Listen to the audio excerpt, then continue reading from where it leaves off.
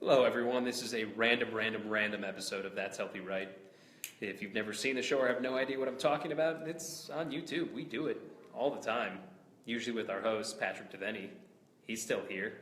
And me just answering questions, but we decided to do it live here, raw, from Born Fitness offices, and we're gonna have some fun. We're gonna do the normal format where Pat asks me questions, I try and answer them, and then we are gonna take your questions at the same time while we do the show live. And the way we're going to do that is we have our cameraman over here.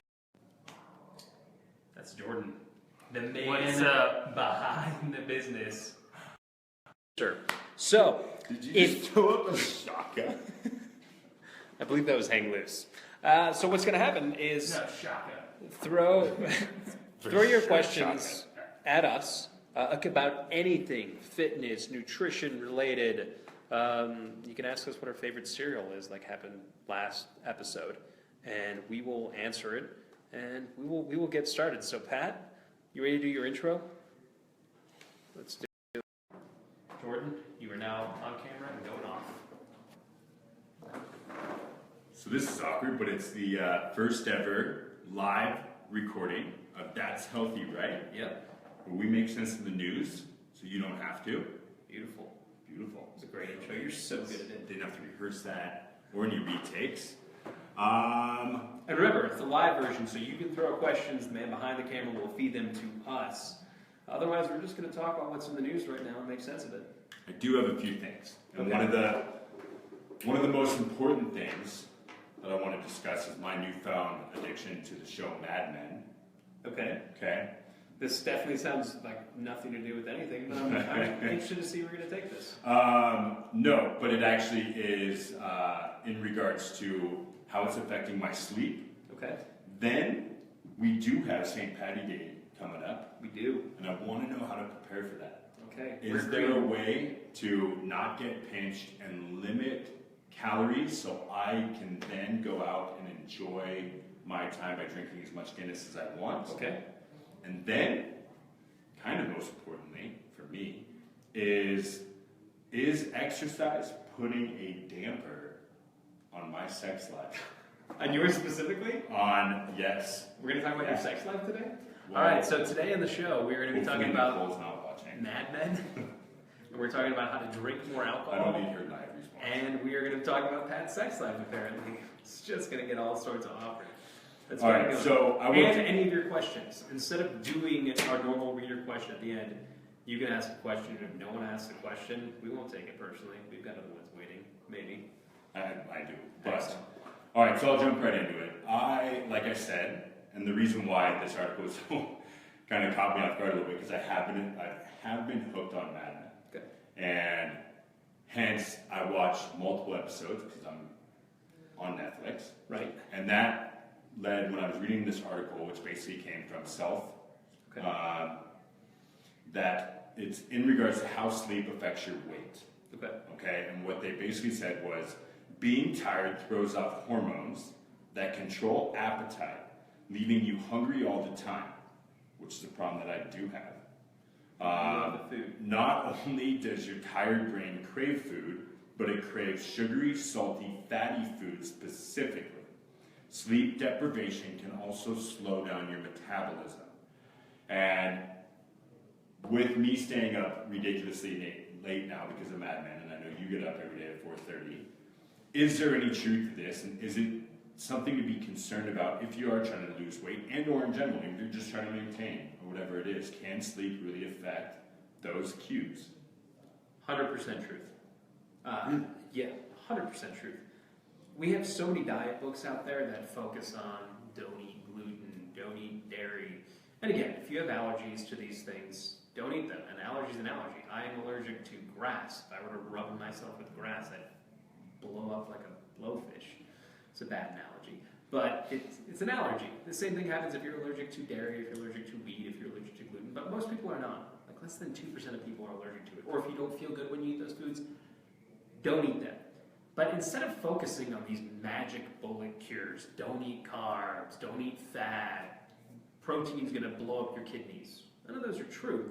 What we need to figure out is Why do so many of us struggle with diet? Why do we crave certain foods that we crave? Why do we have hunger the way that we do, that we seem to be hungry all the time, all of us. And so there are lifestyle factors that contribute on a hormonal level to influencing your decisions, your behaviors. A big problem is with sleep. Sleep is so important, and it does manipulate your hunger hormones in a way that, one, when you sleep less, you're going to be hungrier throughout the day. And it's not just because you're awake longer. Your body, its mind control, is telling you, I need food because of sleep deprivation. It also, as the article pointed out, is more likely to make you crave the salty, sweet types of foods that are not off limits. You can eat them, but if you're eating them all the time, you're likely to gain weight. So if there was a diet book that would just focus on sleep, it would help a lot of people, because what it would do would shut off these seemingly uncontrollable urges to eat more and eat more of the wrong things. So we might have to schedule like an hour Mad Men break for you during the day so you can sleep a little bit more, because it's not good. Or just nap times at work. But how is that going to help you? Oh, I see, like more total sleep. Well, and because if I'm sleeping, then I'm not eating. So it's kind of like a version of intermittent fasting. Are you just trying to get naps at work? I'm going to go an 8 on 1 off schedule. Beautiful. Yeah. Beautiful. Okay. Yeah, but sleep, one of the best things you can do for your diet. It's overlooked by so many people. We oftentimes focus on food, not why we are craving or wanting those foods. So, yeah. Hey, Jordan, any questions so far? Yeah, we'll start. Sorry if I'm pronouncing your name wrong. Ekta, I believe. Why is it difficult to maintain a gym routine if you have a young family? It's difficult because the young family takes up your time. I've got a little 1.5-year-old boy, and one, taking care of kids is a full-time job. It is stressful. It is draining. I've talked about it before on our site on Born Fitness, that willpower. A lot of people will talk about it, but willpower is a real thing, and it comes in limited resources. So the part in your brain that allows you to get up and take care of your kids, prepare foods, go to work, it's all coming from the same place that has to force you to go to the gym. And what can happen for a lot of people is that eventually you get to the point where you need to go to the gym and you're completely tapped out of willpower. So it's one of those things that at first you shouldn't feel guilty or bad about it. It's trying to figure out systems that can allow you to be consistent, whether it's creating shorter workouts, whether it's finding ways to remove some of the stress or decision making and other things in your life so that you can be consistent. I never really completely understood the demands of parenthood, despite working with hundreds of clients over the year who were parents, until I was a parent myself. I no longer felt like I controlled my own schedule. And this guy could be the first one to tell you. We would work out together and show up, and I'd be taking care of my son because he woke up too early or woke up too late or wanted more food. And that kind of disruptive nature can make it difficult to create schedules. That oftentimes the solution is looking for other solutions. Creating a system that makes it very, very easy for you to find time. For me, a lot of times, I'm very open about it. Most of my training sessions are now 20 to 30 minutes a day. And that's it. And I try and make time for like 1 or 2 big, longer sessions, and that's it. And with that sustainable approach, I can have more success. And whether you have kids or not, if you find that you are having trouble being consistent with the gym, it might be that aspect of, you need to plan a little bit better to offset how burnt out you are from everything else in life that can make it difficult to train. So I can't really answer that because I do not have kids. Even though you tell me all the time that you're my daddy? Well, it's because I typically have to take care of you. But fact of the matter is, like, the first thing that comes to mind for me, and something that we always talk about, is finding things that you enjoy when it comes to exercising. Right. And I've seen firsthand what Bodhi has done in so many amazing ways, and also from the exercise standpoint, how you have to adjust. But I also see a lot of times so many people get into these workout programs that are so outside their comfort zone. It's something that they're not going to be consistent with, that when you add in other variables, it now is like the first thing to go. Right. Because it's already something you're not really going to want to do?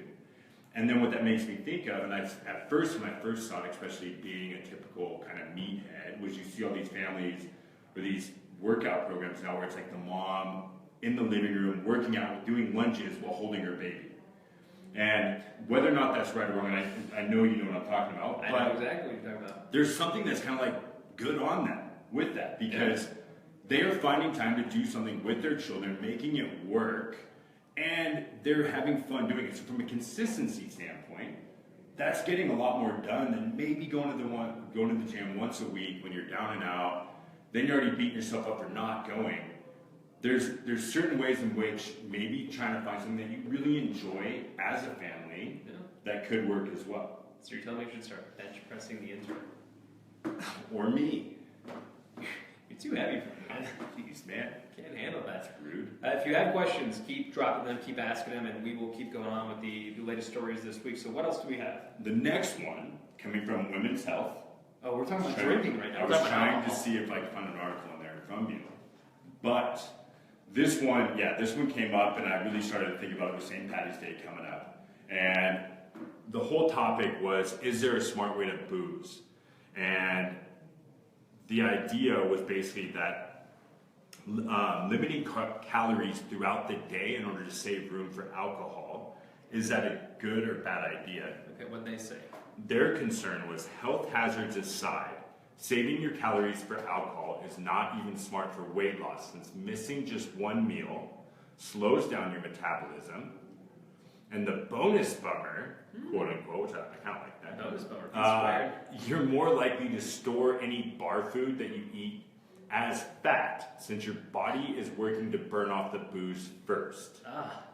Okay, so my question is, I'm about to go and drink a whole bunch of Guinness. I'm Irish, and it's a big day for me.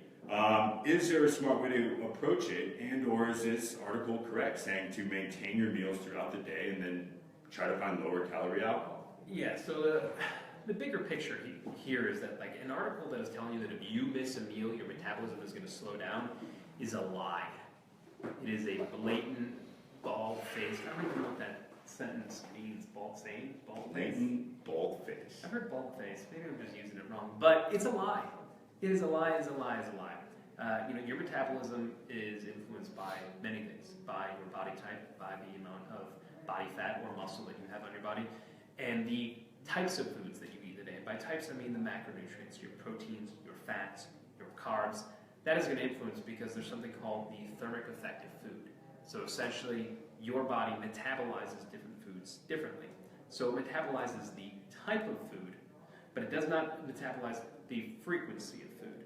So if you would go back 10, 20 years ago, this idea that you had to graze, you had to eat 5 to 6 meals a day because it just keeps that metabolic furnace going from a fat loss standpoint, isn't necessarily true. Because if you were to eat, say, 6 meals, and let's say you had 2,000 calories, and it was 200 grams of protein and 200 grams of carbohydrates and whatever grams of fats would make that equal 2,000 calories. I can't do that math that quickly.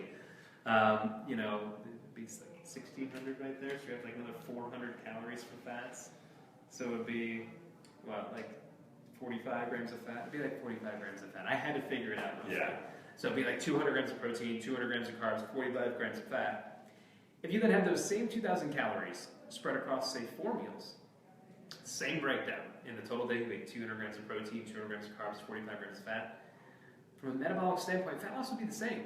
So technically, those 2 meals, you're missing 2 meals, but your metabolism isn't affected. So for you to stress about skipping a meal is not accurate. Now, if you are the type of person that has a set schedule of when you eat, and you end up missing a meal, in general, I'm not talking about our St. Patty's Day situation, and by missing that meal, psychologically, you feel that you are hungrier all the time, and by missing that meal, you're going to overeat significantly at the next meal, then you want to make sure you don't skip that meal, because that is more of a behavioral adjustment. The behavior of skipping the meal makes you overeat later, but it is not from a physiological standpoint, the way your body functions. You are not going to skip a meal and then suddenly have your metabolism crash. Just not the way that the body works. Now, from an alcohol standpoint, the best advice here is that I don't like putting restrictions on things. I know that, and we've talked about this before, and my love of drinks with straws that have big umbrellas on them. And out of the boot. And I do love a good boot. You can drink. Alcohol has calories, has carbohydrates, doesn't really have much fat or protein. And it's something that can be fit into a diet. If you have a day like St. Patty's Day where you just want to drink more, I don't think it's worth stressing how much you're going to drink. In general, if you're drinking, moderation is the key. You should be in control. You should know how much you're taking so that, you don't want to be like swimming in booze where, decision making and everything else goes off like to who knows what. We all went to college. We've all been there, or last week. But, I mean, it happens. Upcoming St. Patty's Day. Right. If it's St. Patrick's Day, the analogy that I make is if you have one day where you just decide to go off on a bender, if you just decide to drink more because it is St. Patty's, you're off with your friends, is it going to be great from a fat loss standpoint? Technically, no, of course not. You're drinking a lot of alcohol, you're probably going to crave other foods, you're probably going to eat more. But in the grand scheme of things, if you have one day of drinking like that, and then the rest of your week, the other 6 days a week, you're on point with your diet, you're eating well, you're exercising. A month from now, that day of drinking heavily on St. Patty's Day, assuming you are safe, isn't going to make any difference. It's not. It is the exact same thing of saying, all right, 6 days out of the week, I'm going to eat like complete crap. I'm going to do absolutely nothing for my body. I'm not going to exercise. But one day a week, I'm going to just exercise for 8 hours. I'm going to do every single exercise in the gym 10 times over. I'm going to burn 5,000 calories and I'm going to be fit. If someone said they exercised one day per week, did a heroic session, and just threw everything to the side the rest of the week, and they did it all the time, would anyone think that that would have a positive impact? No.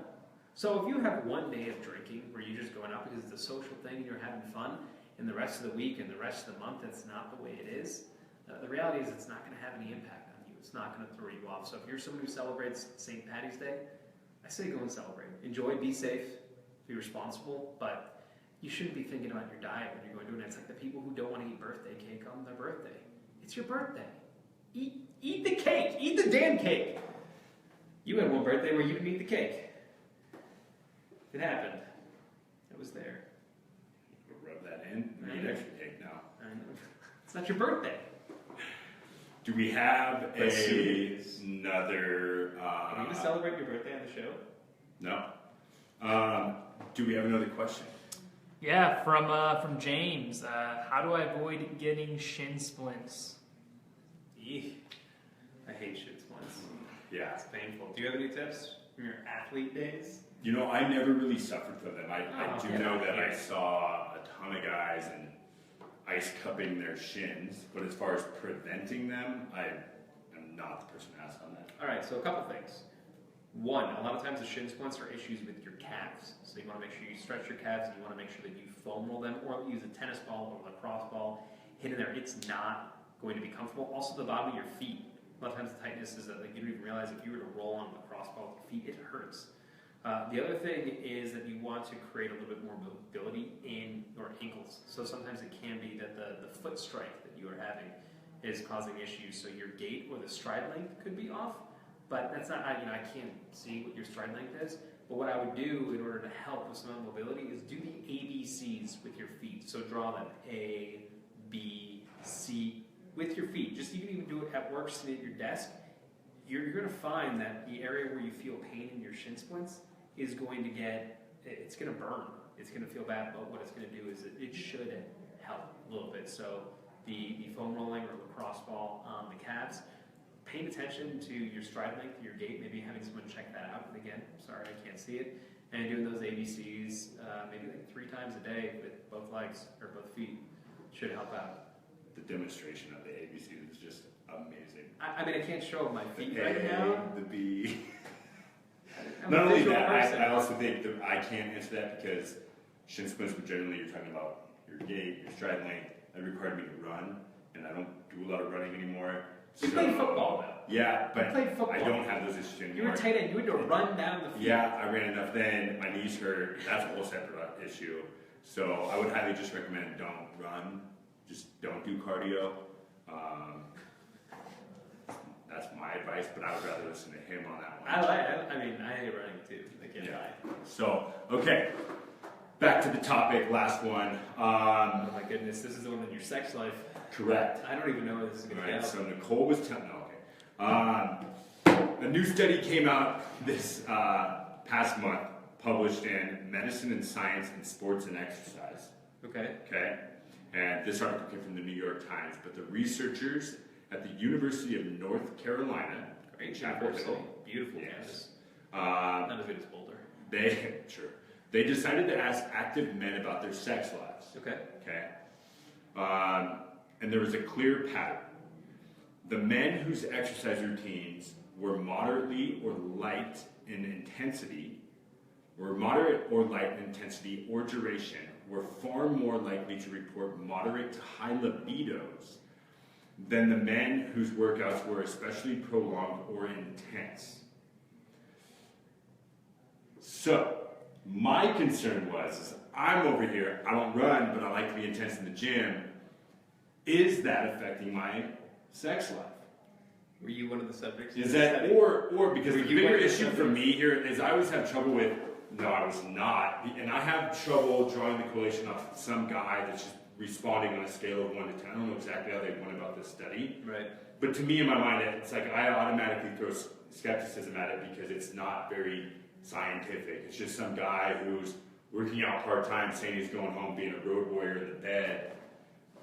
I don't know if I'm really going to change my workout routine based off of that. But I need to know if there's truth to it, because if not, I'm going to be team no cardio, team no lift, and just get after it. I really hope that, like, if you ever had a dating profile, you were just like team road warrior in bed. You said you're a road warrior in bed. What does that even mean? I'm a bald-faced road warrior in bed. Hey, speaking of dating profiles, best profile tagline I've ever seen. I just want to be your Jake from State Farm. I was like, well played. Yeah, but like, he's wearing khakis. It's true. And And I can't explain why I saw another man. I mean, you can.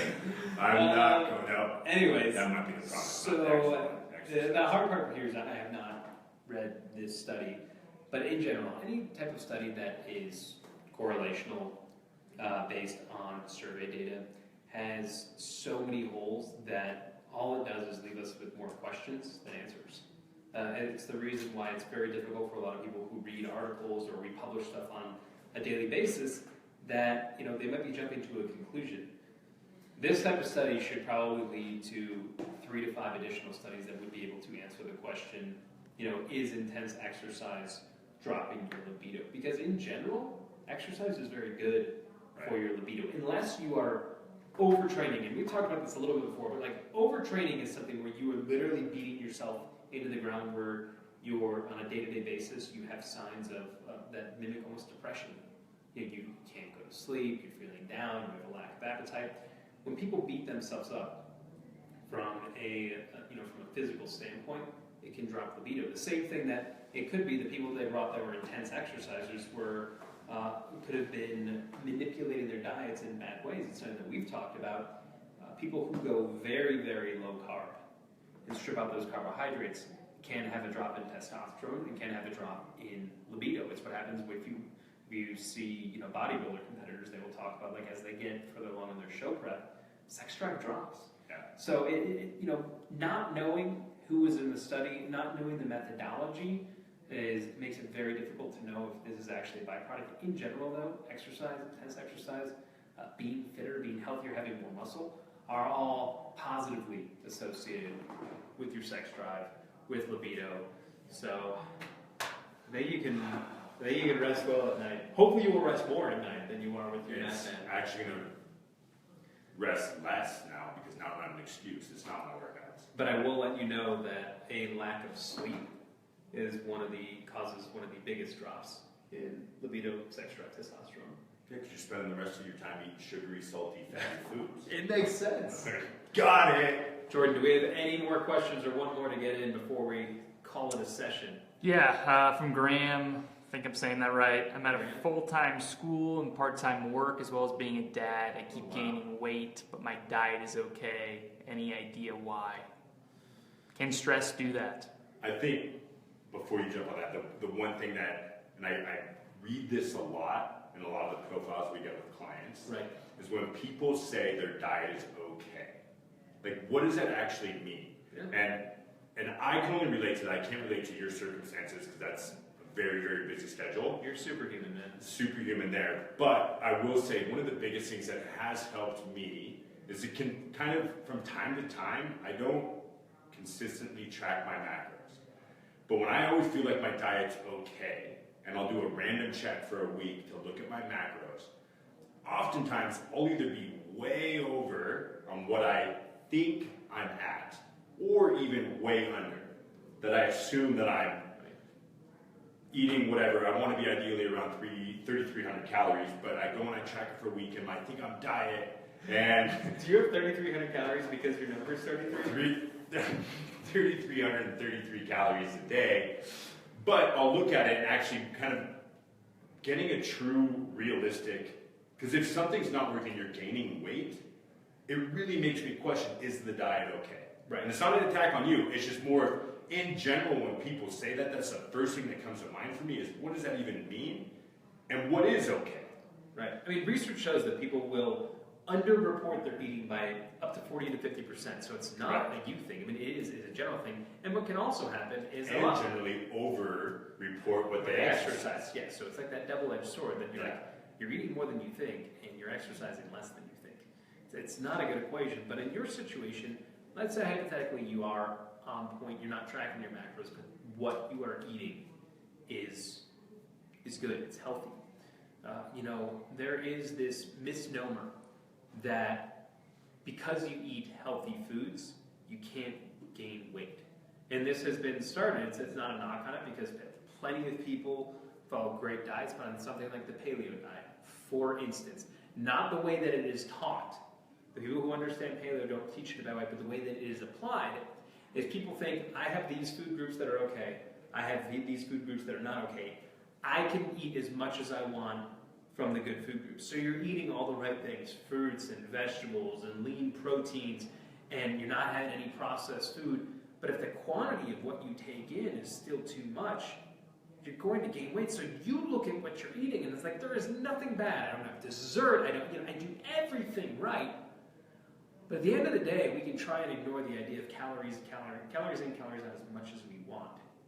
But if you are eating more than you should be taking in, either for your body type, for your metabolism, for the amount of exercise you are able to do or not do, you will gain weight. Even if you're doing everything right, even if you're eating healthy foods, too much of healthy stuff can still cause you to gain weight. And to answer the other part of the question, could stress cause this? Definitely, stress can cause weight gain. Stress can also cause you to crave more bad foods.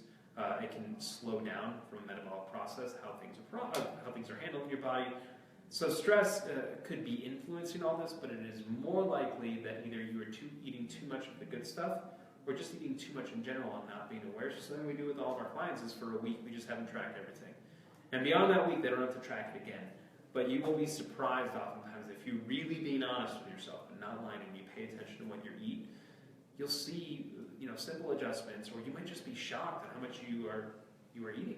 And you can make that adjustment. I think that's the biggest thing too, is being true when you do track it. Right. Because I know something, the last time I did it, I thought that I was sticking to my schedule, breakfast, lunch, dinner, because I normally like 3 bigger meals, that's what worked for me. But what I wasn't accounting for was those little snacks as I'm making dinner. And when I realized, and I actually went back and tracked, and I looked, those every time I go and grab a little handful, when I just in my mind brushed it off, oh, that's no big deal, I'm still on track, I actually was consuming about half a bag of wheat thins while I'm cooking dinner. But I'm a big eater when I cook too. But it was amazing at the time where it's it's just a little handful here, a little bit here throughout the day. But if you actually track that, those little things that just seem like nothing, it was ridiculous. Especially when you add it up over the course of week over week. It's never in a vacuum.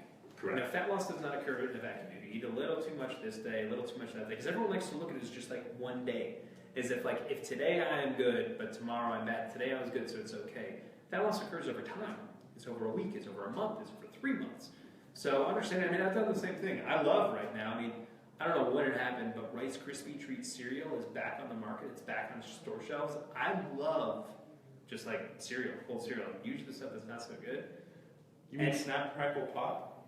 Not like traditional Rice Krispies. This is where the hell have you Rice been? Krispie treats. So the Rice Krispie treats in cereal. Interesting. They're delicious. I love them from my childhood. I haven't seen it in the store in 10 years. I was in Target the other day. I bought like 6 boxes. Got a couple for Jordan. He knows what I'm talking about behind the camera over there. Hell yes. Delicious. And every night now, I go ahead and I do a little like protein pudding that I like. And I do all of our dishes, clean up the interns' toys. Then I'm like, one bowl of Rice Krispie Treat cereal won't hurt me. And I just had to track that. I've been doing that like every night and having a whole bowl. And like one bowl here and there, not a big deal. When you have it every single night and the bowl keeps on getting bigger because that's the other thing too, right? It adds up. So it's, you know, it's one of those things that it's innocent. You know, a lot of us try to eat well and we do our best. And I think creating awareness more than creating restriction is what will help you make the adjustments that can help you lose weight. And that's the best way to go, because if you restrict everything, the likelihood that like you're going to go back to your old behaviors is very likely, because like it's not sustainable. Again, we're talking about whatever you're going to be able to do, you want to be able to do it in 3 to 6 months. That's what's going to lead to results. So think about the small adjustments you can make that feel doable to you. You're likely to have a lot more success. I think we just completed our first episode ever of That's Healthy Right Live. Now, if you guys want to see the show, normally it is on every week on YouTube. Please check it out on the Born Fitness channel. If you have questions, please leave them here. We answer, reader, watcher Is that questions. like the visual cue for like leave it in the comment box? I hope the comment box is below. I mean, I would imagine it's below us. But yeah, thank you for watching. We hope you enjoyed, and everyone have a great day. Peace, guys.